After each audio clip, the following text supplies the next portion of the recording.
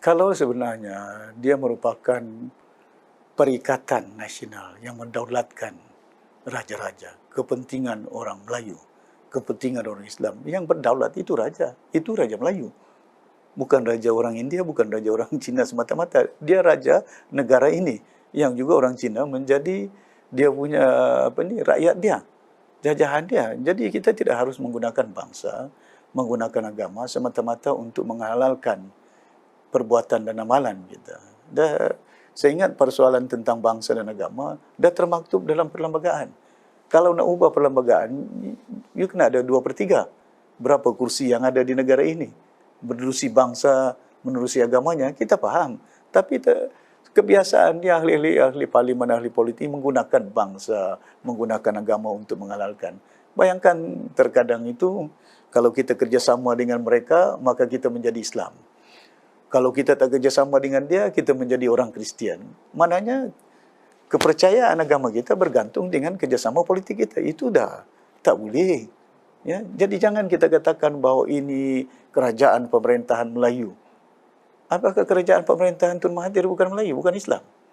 Dia pemerintahan negara Malaysia. Ada campur tangan daripada perkongsian dengan DAP masyarakat Cina, perkongsian dengan orang-orang India. Tak jadi masalah dengan PKR bagi kita. Yang penting kepada kita, kita ada hak selaku rakyat Malaysia, tidak kira bangsanya, tidak kira agamanya. Kalau itu menjadi landasan, maka kita akan sampai penghujung. Usia kita masih pertikaian tentang bangsa dan agama. Perlu ada inclusiveness. Perlu ada kekitaan kita. Bayangkan di Saudi, di Tanah Arab, satu bangsa saja, orang Arab. Satu agama, orang Islam. Tapi berbunuh antara satu dengan yang lain. Yang membunuh orang Islam di Yaman, orang Saudi. Islam dengan Islam. Tapi kepercayaan Islam, tapi mazhabnya lain-lain. Ada Syiah, ada Sunninya. Jadi kalau kita gunakan agama itu, akan ada perbelahannya. Kalau kita gunakan bangsa, akan ada perbelahan dia. Bangsa Melayu, mana satu? Bugis kah, Jawa kah, manakah? Semuanya akan ada. Itu yang kita kata. Begitu juga Cina. Adakah dia Tionghoa, adakah ianya, tidak akan luput. Ya? Tapi kalau kita lihat, parti ni yang selalu dia kata dia jatuhkan Pakatan Harapan tu atas dasar kerajaan Melayu Islam.